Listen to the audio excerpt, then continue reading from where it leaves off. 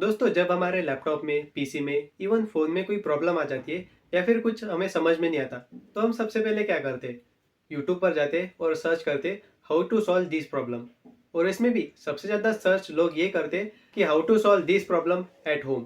और इनमें से लगभग 80% लोगों की इस प्रॉब्लम तो ये घर में सॉल्व हो जाती है।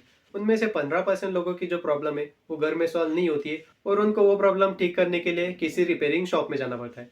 पर उनमें से 5% लोग ऐसे होते हैं जो वीडियोस को देख के प्रॉब्लम सॉल्व करने की कोशिश करते और उनसे कुछ गड़बड़ हो जाती है और एक नई प्रॉब्लम खड़ी हो जाती है। सो इसलिए वीडियो में जो स्टेप है उसको अच्छे से और ध्यान से फॉलो करना चाहिए। कुछ भी इधर उधर हुआ तो पूरा डिवाइस खराब हो सकता है। सो मैं ये बात आपको इसलिए बता रहा हूँ क्योंकि मेरे साथ भी कुछ ऐसा ही हुआ है। थोड़े से पैसे बचाने के चक्कर में मैंने वो 5% लोगों वाली मेंटेलिटी अपनाई और साथ ही साथ मेरा बहुत सारा नुकसान होते होते बचा है। मेरे केस में क्या हुआ, मैंने 7 महीने पहले एक नई ईवी ली, ओला कंपनी की S1X 4 किलोवाट वाला मॉडल। उसकी मैं बहुत दिनों से रेंज टेस्ट करना चाहता था। परसों जाके मैंने उसकी फुल रेंज टेस्ट की और उसके मैंने बहुत सारे वीडियोस निकाले क्योंकि मुझे उस वीडियो को सम अप करके यूट्यूब पर अपलोड भी करना था। उस प्रोजेक्ट का साइज बन गया था लगभग 60 GB का। और मेरी जो पुरानी वाली SSD थी उसमें जगह बहुत कम बची थी और मैं एडिट भी नहीं कर पा रहा था। तो फिर मैंने मंगा ली ये WD की SN350 M.2 NVMe SSD जो कि है 250 GB की। मैंने ये मंगाई। अब सवाल ये आ रहा था कि इसमें लगाना कैसे। तो मैंने यूट्यूब पर जाके सर्च किया कि how to install a SSD इन अ लैपटॉप। बहुत सारे वीडियोस आ गए, मैंने वीडियोस देखे और बहुत ही सिंपल सा तरीका था। बस लैपटॉप के सारे नट्स निकालने, पीछे का बैक पैनल बाहर निकालना है। उसके बाद सबसे पहले बैटरी का कनेक्टर निकालना है और जहाँ भी खाली स्लॉट दिखे मतलब SSD का, उधर SSD लगा के फिट कर लेना है। उसके बाद जो बैटरी का सॉकेट निकाला था उसको वापस लगा देना है और वापस सही से फिट करना है। और उसके बाद लैपटॉप ऑन होने के बाद कंप्यूटर मैनेजमेंट में जाके जो डिस्क सेक्शन है उसको हमको अनलोकेट है उसको लोकेट करना है और उसको नाम दे के करना है। ये बहुत ही सिंपल सी प्रोसेस थी। मैंने सोचा पहले कि ये घर पे ही कर लेते, लेकिन इसके जो स्क्रू है उसके स्क्रू ड्राइवर मेरे घर पे नहीं थे, इतने बारीक बारीक। और मैंने चमचे से इसको खोलने की कोशिश की लेकिन ये खुल नहीं रहा था। मैंने सोचा ठीक है, बस खोलना ही लगा नहीं है तो ज़्यादा से ज़्यादा रिपेयरिंग वाला कितना लेगा, 50-100 रुपये। मैं गया लैपटॉप रिपेयरिंग वाले के पास और उन्होंने कहा कि मैं 350 रुपये लूँगा। मैंने कहा इतना ज़्यादा? तो वो बोल रहा था कि हाँ, हम इतना ही लेते। पहले हम लेते थे 100-200 रुपये, लेकिन उसमें कुछ प्रॉब्लम आती थी, लैपटॉप डेड हो जाना वगैरह वगैरह। हमने वो बंद कर दिया और अब हम 350 रुपये लेते और पूरी गारंटी देते कि लैपटॉप को कुछ नहीं होगा। मैंने सोचा कि यार बस SSD लगानी ही तो है, उसमें क्या है, लैपटॉप डेड होगा। मैंने कहा रहने दो, मैं दूसरी जगह कर लेता हूँ। फिर मैं गया, मेरे एक दोस्त का मोबाइल रिपेयरिंग शॉप है, उधर गया। उधर मैंने उसको कहा कि यार ये लैपटॉप खोल के दे, मैं ही SSD लगा दूंगा और फिर तू लैपटॉप वापस फिट करके देना। उसने कोशिश की लेकिन उसके पास इसे खोलने का स्क्रू ड्राइवर नहीं था। वो मोबाइल के जो स्क्रू ड्राइवर आते वो थोड़े अलग रहते और इसका थोड़ा चपटा और थोड़ा अलग टाइप का रहता है। वो इसके पास नहीं था तो उसने कहा कि किसी लैपटॉप रिपेयरिंग वाले को ही दिखा दे, वही ये खोल के देगा। पर मेरे में मची थी एक चुल। मैंने क्या किया, मैं गया मेरे दोस्त की शॉप पर, ओम कार स्पा।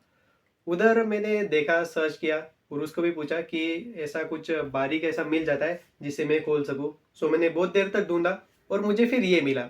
जैसे कि आप देख सकते हो ये है एक कटर, पर इसे मैंने जब ये खोलने की कोशिश की तो ये खुल गया।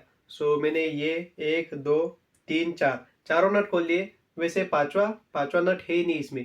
क्यों? इसकी स्टोरी मैं आपको लास्ट में बताऊंगा। उसके बाद मैंने ये चारों नट निकाल लिए। उसके बाद बैक पैनल को अलग कर दिया। उसके बाद सबसे पहले मैंने जो बैटरी के कनेक्टर से उसको निकाला। उसको निकालने में मुझे बहुत तकलीफ हुई, पता नहीं क्यों। वो कनेक्टर मैंने निकाल लिए। उसके बाद मुझे M.2 का NVMe स्लॉट भी मिल गया जो कि खाली ही था। उसके अंदर मैंने अपनी जो नई वाली SSD है वो लगा दी। लेकिन जब लगाई और उधर देखा कि यहाँ तो नट ही नहीं है जिसके नीचे वो SSD फिट होती है। मैंने सोचा कि अब क्या करें। मैंने इधर उधर देखा कि कहीं और से हम नट निकाल सकते हैं क्या। तो मुझे सब जगह तो परफेक्ट ही लगा, पर यहाँ पर मुझे दिखा कि यहाँ पर इतना सपोर्ट की ज़रूरत नहीं है। तो मैंने वहाँ से वो नट निकाल लिया लिटरली और SSD के ऊपर वो नट लगा लिया और उधर वो बैठ भी गया। ओके। अच्छी तरह से SSD फिट हो गई। उसके बाद मैं जब बैटरी के कनेक्टर वापस लगाने गया, एक प्रॉब्लम हो गई। वो जो बैटरी के कनेक्टर है वो इतने टाइट हो गए थे, पता नहीं क्यों अंदर जा ही नहीं रहे थे। फिर मैंने एक स्क्रू ड्राइवर लिया, उससे उसको ढकलने की कोशिश की, फिर भी वो जा नहीं रहे थे। फिर मैंने एक बड़ा वाला स्क्रू ड्राइवर लिया और उससे उसको एकदम जोर से ढकलने गया तो क्या हुआ, वो जो स्क्रू ड्राइवर है कनेक्टर में से स्लिप हो गया और उधर मदरबोर्ड में चला गया और उधर वो मदरबोर्ड डैमेज हो गया।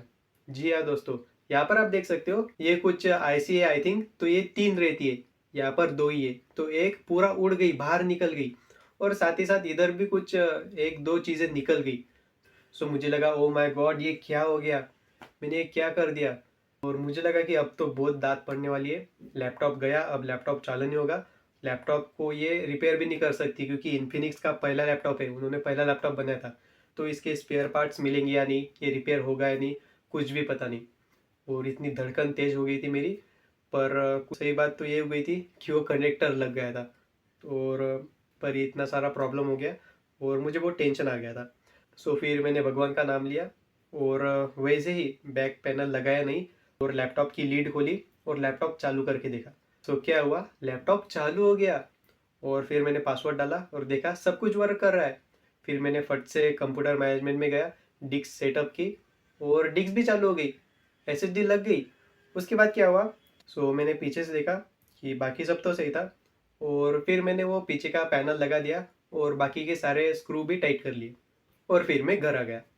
सो दोस्तों, ऐसा था कुछ। अभी तो मेरा लैपटॉप अच्छे से वर्क कर रहा है, पर पता नहीं उससे कुछ इम्पैक्ट पड़ेगा ही नहीं। आई थिंक मुझे लगता है कि इम्पैक्ट तो पड़ेगा, वो किसी ना किसी फीचर को कम कर देगा या फिर ज़्यादा देर तक हम यूज़ नहीं कर सकेंगे या फिर पता नहीं क्या हो। और अभी मैंने नेटफ्लिक्स पर एक सीरीज़ भी देखी, तो कुछ भी ऐसा प्रॉब्लम नहीं आया, साउंड भी अच्छे से वर्क कर रहा है, डिस्प्ले भी, ट्रैकपैड, कीबोर्ड सब एकदम सही से वर्क कर रहे हैं। सो पता नहीं इसका कुछ इम्पैक्ट पड़ेगा या नहीं लैपटॉप पे।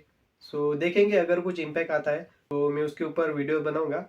वैसे अभी मैं आपको बता देता हूँ कि ये जो एक इधर स्क्रू नहीं है तो ये क्यों नहीं है। सो इसके पीछे का रीज़न है कि लैपटॉप को लेके मुझे अभी 3 साल हो गए और जब इस लैपटॉप को लेके 2 साल हो गए थे तो इसके अंदर की जो एसएसडी है वो पूरी करप्ट हो गई थी, ख़राब हो गई थी। सो मैंने घर पे तब एक चम्मच था छोटा वाला, तो उससे मैंने नट खोल के देखे थे और पूरा बाहर निकाल के देखा था और वीडियो में कहा गया था कि एसएसडी को निकाले और फिर से लगा दे। तो मैंने निकाली, लगाई, फिर भी कुछ काम नहीं हो रहा था तो मैंने वापस लगा दिया। उसी में मैंने ये जो स्क्रू है वो गमा दिया। सो या उसके बाद मैं लैपटॉप रिपेयरिंग के आ गया और ये वाली एसएसडी लगाई थी EVM की 256 GB। सो ये भी अच्छी खासी चल रही है अभी भी, पर अब मुझे और स्टोरेज की ज़रूरत थी तो मैंने सोचा कुछ डिफरेंट कंपनी की ट्राई करके देखते, तो मैंने ये WD की मंगाई।